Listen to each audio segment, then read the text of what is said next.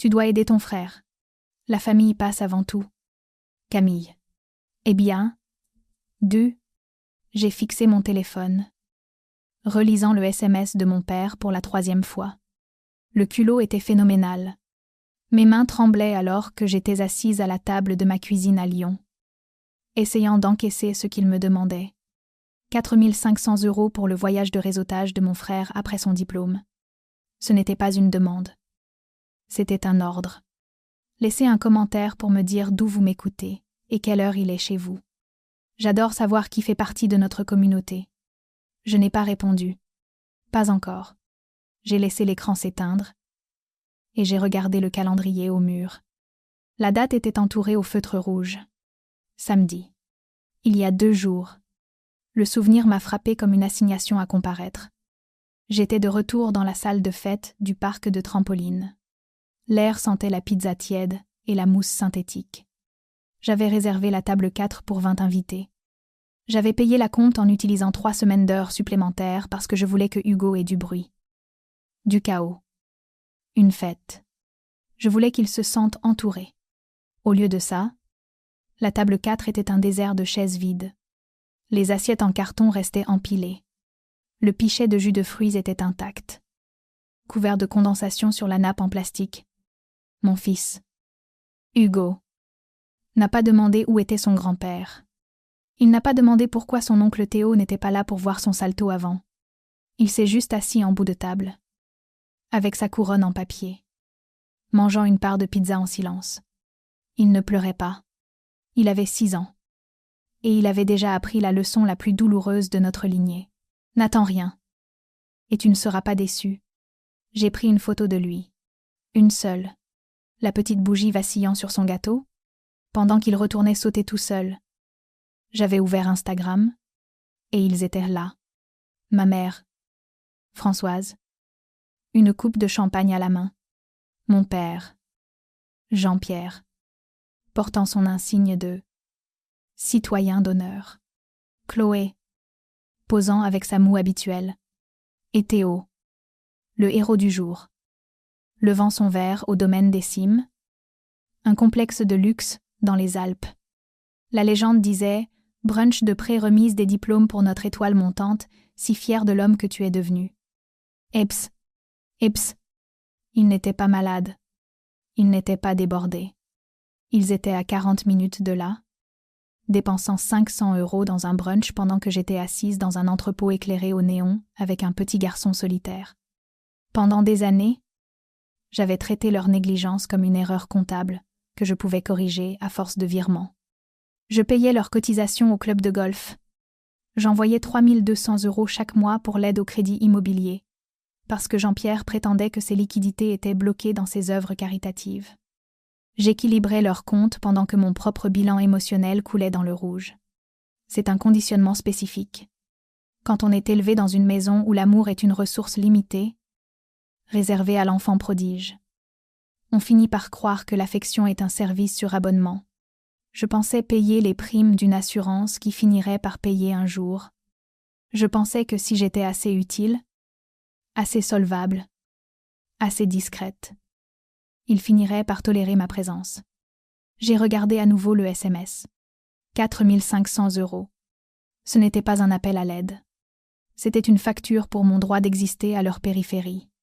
J'ai réalisé alors que la cruauté, lorsqu'elle est administrée à petite dose quotidienne depuis l'enfance, ne ressemble pas à de la maltraitance.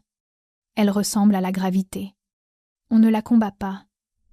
On se contente de supporter le poids. Mais en regardant ce SMS, la gravité a basculé. Je ne me constituais pas un capital dans cette famille. Je payais juste un loyer pour une chambre qu'ils avaient condamnée il y a des années. L'émotion n'est qu'une donnée erronée dans un audit. Je l'ai effacée. J'ai déverrouillé mon téléphone. Mes mains avaient cessé de trembler. Un calme étrange et froid s'était installé en moi. Ce genre de concentration, qui ne se manifeste habituellement que lors des réunions juridiques à enjeux élevés, quand je débusque la preuve irréfutable dans une pile de documents financiers chaotiques, j'ai ouvert mon application bancaire. Je suis allée dans l'onglet des virements. J'ai sélectionné Jean-Pierre dans mes bénéficiaires enregistrés. Je ne l'ai pas bloqué. Pas encore. Un blocage est une réaction émotionnelle, une transaction est une déclaration. J'ai tapé le montant. Pas 4500. 5 €. Dans le libellé. J'ai écrit 7 mots pour un café à l'aéroport. Bon vent. Bujami certeza trop enregistré. J'ai cliqué sur Envoyer. L'écran a affiché Transfert terminé. Je ne me suis pas arrêtée là. Je suis allée dans l'onglet de mes paiements récurrents. C'était une longue liste. Une hémorragie mensuelle de mes revenus que j'avais justifiée comme un devoir. Jean-Pierre et Françoise. Cotisation club. Annulé. Jean-Pierre. Crédit immobilier. Annulé. Théo. Assurance voiture. Annulé. En moins de 60 secondes. J'avais liquidé ma position de mécène familiale. J'ai regardé les sorties prévues tomber à zéro. Ce n'était pas seulement une économie d'argent, c'était l'arrêt de l'hémorragie. Je les avais maintenues au chaud en m'immolant par le feu. Et je venais de souffler sur l'allumette. J'ai posé le téléphone sur le plan de travail en granit, et j'ai attendu. Je m'attendais à ce qu'il sonne. Je m'attendais à la rage. À la place. Un seul SMS est arrivé. Ce n'était pas de Jean-Pierre. C'était de ma cousine. Lucie. Lucie était la Suisse de notre famille neutre. Observatrice. Généralement silencieuse. Le message était juste une capture d'écran avec une légende. Je pense que tu as besoin de voir ça. Je suis désolée. Et disma me suburu. J'ai ouvert l'image. C'était une capture d'écran d'une discussion de groupe. Le groupe s'appelait « Le cercle privé ». J'ai parcouru la liste des participants. Ma mère. Françoise. Mon père. Jean-Pierre. Ma sœur. Chloé. Mon frère. Théo. Et divers oncles et tantes. Je n'y étais pas. Bien sûr que non. J'ai zoomé sur l'heure. C'était samedi matin. Pendant que j'étais assise dans cette salle vide avec Hugo, Théo avait écrit « Vol réservé, la classe à faire ». C'était un peu limite. Mais papa dit qu'on doit projeter le succès pour attirer les investisseurs. Edge, Edge, Edge. Chloé avait répondu « Trop fière de toi, c'est bien mieux utilisé que pour le truc ringard que fait Camille. » Elle a vraiment loué un parc de trampolines. Quel manque de classe. Petit budget. Bouzadise. Azabagze. Françoise avait ajouté « Tu connais Camille. Elle compte chaque centime. C'est embarrassant. Vraiment. Elle n'a aucun sens de l'élégance. As J'ai ressenti un vide dans ma poitrine. Un écho sourd là où se trouvait ma loyauté autrefois. Ils ne se contentaient pas de m'ignorer. Ils se moquaient activement de la vie que je leur payais. Mais ensuite, j'ai lu le message suivant, envoyé par mon père. Jean-Pierre avait écrit « Ne t'inquiète pas pour le budget. Et fiston, dès que je vends la maison de ville à l'automne, on aura tout le capital nécessaire pour lancer ta start-up. Le marché à Lyon est en plein boom. Ce petit actif va payer ton avenir. Pour Hanazine Exista, je me suis figée. La maison de ville. Ma maison. La maison où mon fils dormait. La maison pour laquelle j'avais racheté sa part de Soult il y a 3 ans pour retirer le nom de Jean-Pierre de l'acte de propriété. Car son dossier de surendettement était un danger. Il ne pensait pas seulement avoir droit à mes revenus, il croyait qu'il possédait encore mon sanctuaire. Il prévoyait de liquider le toit au-dessus de la tête de mon fils pour financer les délires de grandeur de Théo. Ce n'était plus seulement une dynamique familiale toxique. C'était une tentative d'expropriation hostile. J'ai regardé ma cuisine. J'ai vu le carrelage que j'avais posé moi-même. La toise tracée au crayon sur le cadre de la porte. Ce n'était pas son actif. C'était ma forteresse. Et il venait pour elle. 1 heure plus tard, la sonnette de mon interphone a retenti. Je n'avais pas besoin de regarder l'écran pour savoir qui c'était. Jean-Pierre ne répondait pas par SMS. Il passait à l'offensive. C'était sa marque de fabrique. Si l'intimidation ne marchait pas au téléphone, il la portait sur votre palier. J'ai regardé le moniteur. Sa berline de luxe était garée en travers de mon allée. Il a remonté l'allée, ne regardant pas la porte, mais les fenêtres. inspectant la propriété comme un propriétaire, évaluant les dégâts. Il portait sa tenue décontractée du week-end, un polo rentré dans un pantalon de golf. Un look qui hurlait « privilège payé par quelqu'un d'autre ». Il n'a pas frappé. Il a fouillé dans sa poche, a sorti une clé et l'a enfoncée dans la serrure. Je me tenais de l'autre côté de la porte. Silencieuse, il a tourné. Ça n'a pas bougé. Il a secoué la poignée, puis a poussé de l'épaule contre le bois. Son sentiment de toute puissance, irradiant par vagues, quand la porte a refusé de céder. Il a reculé, regardant la clé, comme si elle l'avait personnellement trahi. Puis il a martelé le cadre de son poing. « Camille, ouvre cette porte. Je sais que tu es là. » J'ai appuyé sur le bouton de l'interphone. Les serrures ont été changées il y a 3 ans. Jean-Pierre. Il s'est tourné brusquement vers la caméra. Le visage congestionné. Changer. Qu'est-ce que tu veux dire par changer? C'est ma propriété. Je suis ici pour l'inspecter, avant la mise en vente. Ce n'est pas ta propriété. J'ai racheté tes parts. Ton nom a été retiré de l'acte et de l'hypothèque. Tu n'as aucun droit légal sur cette maison. Tu n'aurais jamais pu te payer cet endroit sans moi, hâté il hurlait. La voix brisée, postillonnant vers l'objectif. Une mère célibataire avec un salaire d'assistante juridique. Tu te prends pour qui? C'est moi qui ai construit cette vie pour toi. Tu n'es rien sans mon nom. La misogynie n'était pas surprenante. Mais l'entendre à voix haute. Dépouillé du vernis habituel du « père protecteur ». Clarifiait tout. Il ne me voyait pas comme sa fille. Il me voyait comme un investissement raté qu'il devait liquider. Sors de mon Porsche. Ai-je dit d'une voix plate. Ou j'appelle la police pour violation de domicile. Il a fixé la caméra un long moment. La respiration lourde. Puis il a pointé un doigt vers l'objectif. Tu vas le regretter. Tu crois que tu peux me couper les vivres.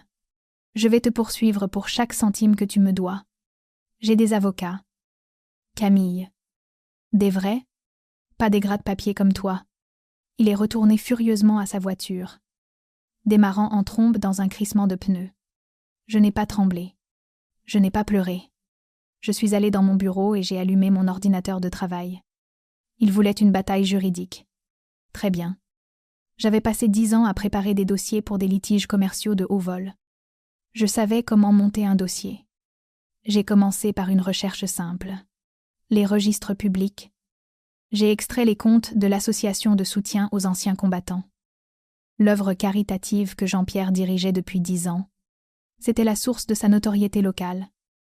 La raison pour laquelle il serrait toujours la main du maire. J'ai téléchargé les bilans. J'ai vérifié les membres du conseil d'administration sur tous ses partenaires de golf. Puis j'ai appelé Sarah. Sarah était une experte comptable judiciaire avec qui j'avais travaillé sur une affaire de détournement de fonds l'année dernière. Camille hâtée, elle répondit à la 2e sonnerie. On est dimanche. J'espère que c'est important. J'ai besoin que tu jettes un œil à quelque chose. Ai-je dit? Je pense que mon père joue à un jeu de bonneteau financier. Et je dois le prouver avant qu'il ne m'attaque. Envoie-moi les fichiers. Hâtée, elle dit. Je prépare une cafetière. Nous avons passé les 6 heures suivantes en appel vidéo, partageant nos écrans sur des feuilles de calcul. Nous avons recoupé les dates. 12 mai, une dépense de gala de bienfaisance de 12 000 €. 12 mai, Théo poste une photo depuis une table VIP à Saint-Tropez. 4 août, retrait pour frais administratifs de 8 000 €. 5 août, ma mère, Françoise, poste une photo d'un nouveau bracelet de diamants. Ce n'était pas subtil. C'était bâclé. C'était le genre de fraude commise par un homme qui se croyait intouchable parce qu'il avait une plaque d'honneur au mur et une fille qui payait ses vraies factures. Camille, a dit Sarah. La voix basse. Regarde ce transfert. Il y a 3 jours. J'ai regardé. Un retrait de 95 000 €, transféré vers un compte nommé Capital Holding. Il ne s'est pas contenté de dépenser l'argent, a dit Sarah. Il a vidé les comptes. Il est en train de liquider l'association. Mon sang n'a fait qu'un tour. Il n'était pas seulement fauché. Il s'apprêtait à prendre la fuite. Et il était venu chez moi pour vendre ma maison, parce que 95 000 € ne suffisaient pas. Le poids de la découverte m'écrasait. 95 000 euros, détournés d'hommes et de femmes qui avaient servi et sacrifié pour ce pays, volés par mon père pour financer une façade de succès. J'ai pensé au chèque d'aide au crédit que je lui avais envoyé pendant 4 ans. Le total dépassait les 150 000 euros. Il ne payait pas la banque. Il empochait mon argent tout en payant le crédit avec les fonds volés de l'association, jonglant entre les comptes pour maintenir le système à flot. Et maintenant que j'avais coupé les vivres, le château de cartes s'effondrait. Sarah était toujours en ligne. Camille. A-t-elle fini par dire. C'est du pénal. Abus de confiance. Fraude fiscale. Blanchiment. S'il déplace l'argent vers Capital Holding, il essaie de cacher ses actifs avant l'audit inévitable, ou avant de quitter le pays. Ai-je ajouté, me souvenant du voyage de Théo, je dois signaler ça. Ai-je dit, ma voix ne tremblait pas. La fille qui réclamait de l'approbation avait disparu. Remplacée par la professionnelle qui savait exactement comment la loi traitait les voleurs, j'ai imprimé les grands livres. J'ai surligné les virements frauduleux en jaune fluo. J'ai compilé une chronologie faisant correspondre les dépenses de l'association aux achats de luxe de ma famille. J'ai monté un dossier. Méticuleux et accablant. Juste au moment où j'agrafais la dernière pièce. Mon téléphone a sonné. C'était Jean-Pierre. J'ai décroché et mis le haut-parleur. Camille. Athée, il dit. Sa voix était différente. La superbe avait disparu. Remplacée par une énergie tendue et frénétique. On doit se voir. Maintenant, je n'ai rien à te dire. C'est pour la maison. Athée, il lançait précipitamment. J'ai trouvé un acheteur. Une offre au comptant. On peut signer dans 1 semaine. Je fais moitié avec toi. C'est généreux. Camille. Pense à Hugo. L'audace était stupéfiante. Il essayait encore de vendre une maison qui ne lui appartenait pas, pour partager un capital qui était légalement le mien, afin de résoudre un problème qu'il avait créé par un crime. La maison n'est pas à vendre. Jean-Pierre. Ne sois pas idiote, Athée, il aboyait. Le masque glissant. J'ai besoin de cet argent. L'association, il y a quelques erreurs comptables. Je dois équilibrer les comptes avant la revue trimestrielle. Si je ne le fais pas, sa voix s'est éteinte. L'implication pesant lourdement dans l'air.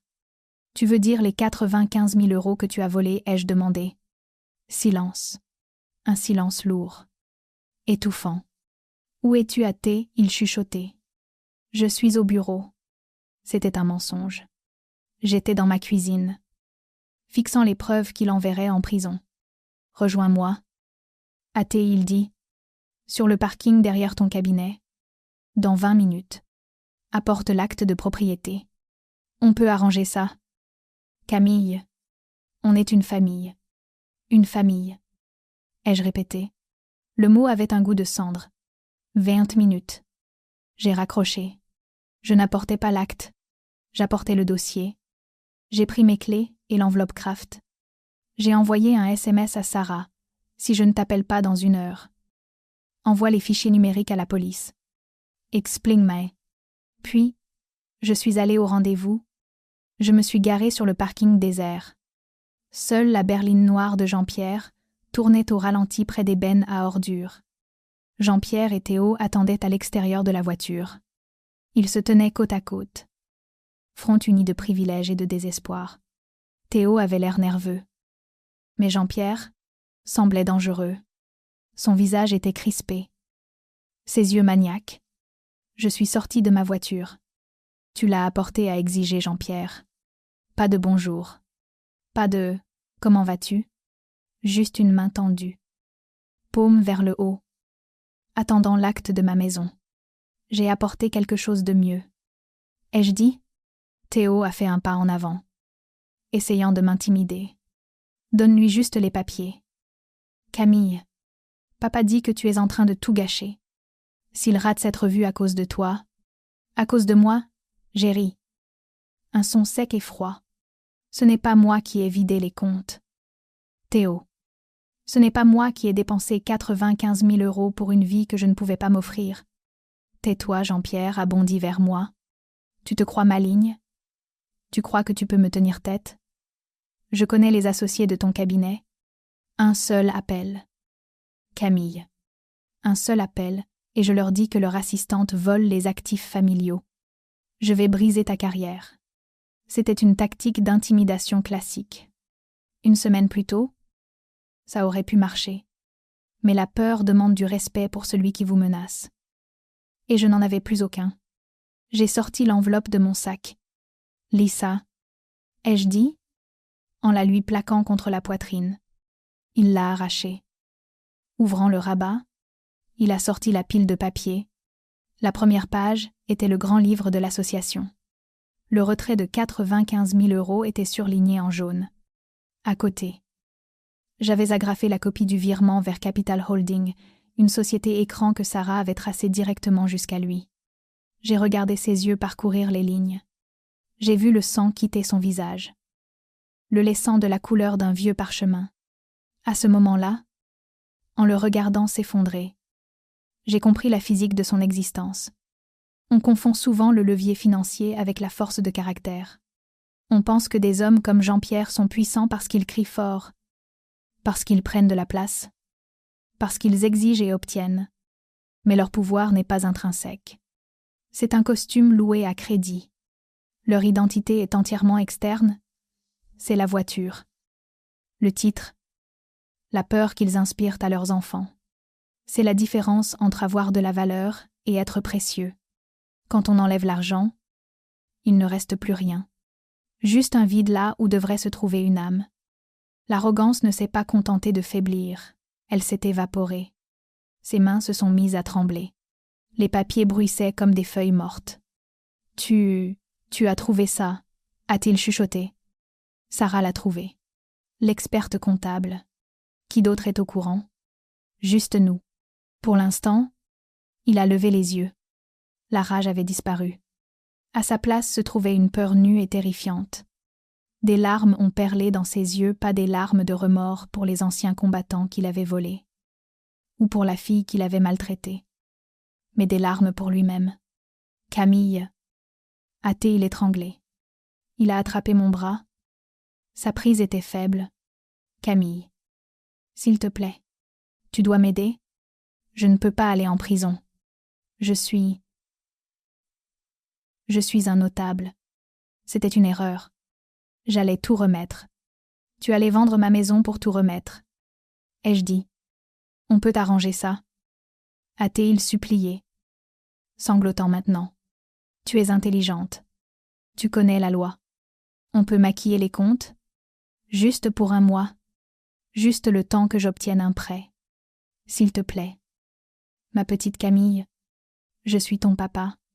Théo regardait son père puis les papiers, réalisant pour la première fois que son voyage n'était pas un cadeau, mais de l'argent occulte payé avec de l'honneur volé. Il a reculé vers la voiture. Je ne peux pas t'aider. Jean-Pierre. Ai-je dit, ça ferait de moi une complice. Et contrairement à toi, j'ai travaillé pour ma carrière. Je vais mourir là-bas, a-t-il hurlé, tombant à genoux sur le bitume. Alors tu ferais mieux de te trouver un bon avocat. Ai-je dit, parce que ce n'est pas moi qui vais le payer. Je lui ai tourné le dos. Je suis montée dans ma voiture et j'ai verrouillé les portes. En m'éloignant, j'ai regardé dans le rétroviseur. Il était toujours à genoux, serrant les preuves de sa propre destruction. Un petit homme brisé, sur un parking vide. Les retombées ont été foudroyantes. Sarah a envoyé les fichiers aux autorités le lendemain matin. Jean-Pierre a été mis en examen dans la semaine pour détournement de fonds publics, abus de confiance et fraude fiscale. Les journaux locaux ont publié l'histoire avec une photo de lui serrant la main du maire. Titré « La chute d'un notable », Théo a été interpellé à l'aéroport alors qu'il tentait de s'envoler pour Ibiza. Son voyage de réseautage s'est terminé dans une cellule de garde à vue. Ma mère, Françoise, m'a appelée une fois. Elle n'a pas demandé comment j'allais. Elle a hurlé que j'avais ruiné le nom de la famille, que j'étais vindicative, que j'avais détruit sa vie. Je n'ai pas discuté. Je n'ai pas cherché à me défendre. J'ai juste raccroché et bloqué son numéro. La famille a éclaté. Chloé a cessé de me parler, prenant le parti de notre mère, dans une version de l'histoire où j'étais la méchante qui les avait déchirés. Je leur ai laissé leur histoire. C'était le seul actif qu'il leur restait. 6 mois plus tard, j'étais assise dans le bureau de mon patron. Les associés ont revu vos performances. Camille. Hâté, il dit. Votre gestion du dossier Peterson était impeccable. Mais pour être franc, c'est votre intégrité personnelle qui nous impressionne le plus. Il a fait glisser un contrat sur le bureau. Nous vous promouvons directrice de cabinet. Et nous doublons votre salaire. J'ai signé d'une main ferme. Cette augmentation signifiait que les études de Hugo étaient assurées. Cela signifiait que nous étions en sécurité. Mais je ne me suis pas arrêtée là. J'ai utilisé ma prime pour engager un détective privé, pas pour moi, mais pour les anciens combattants que Jean-Pierre avait dépouillés. Nous avons retrouvé des actifs qu'il avait cachés dans des sociétés écrans. J'ai travaillé bénévolement avec le parquet pour m'assurer que la restitution des fonds fasse partie de son accord de peine. Jean-Pierre a été condamné à 8 ans de prison ferme. Le jour du verdict, je ne suis pas allée au tribunal. À la place, j'ai emmené Hugo à la montagne. Nous avons marché jusqu'à une clairière surplombant la vallée. L'air était pur. Hugo courait devant, chassant les papillons, son rire ricochant sur les rochers. Je le regardais, pensant au cycle que j'avais brisé pendant des années. J'ai cru que la vengeance consistait à les faire payer. Je croyais que c'était une question de destruction. Mais debout là, regardant mon fils courir librement, sans le poids des péchés de mon père, j'ai réalisé la vérité. La vraie vengeance ne consiste pas à brûler leur maison. Elle consiste à construire une forteresse dans laquelle ils ne pourront jamais entrer. Il s'agit de bâtir une vie si solide, si pleine de paix et d'intégrité, que le chaos de votre passé ne peut plus vous atteindre. Je ne me suis pas contentée de partir. Je suis devenue l'architecte de ma propre paix. Et ça, c'est la seule victoire qui compte.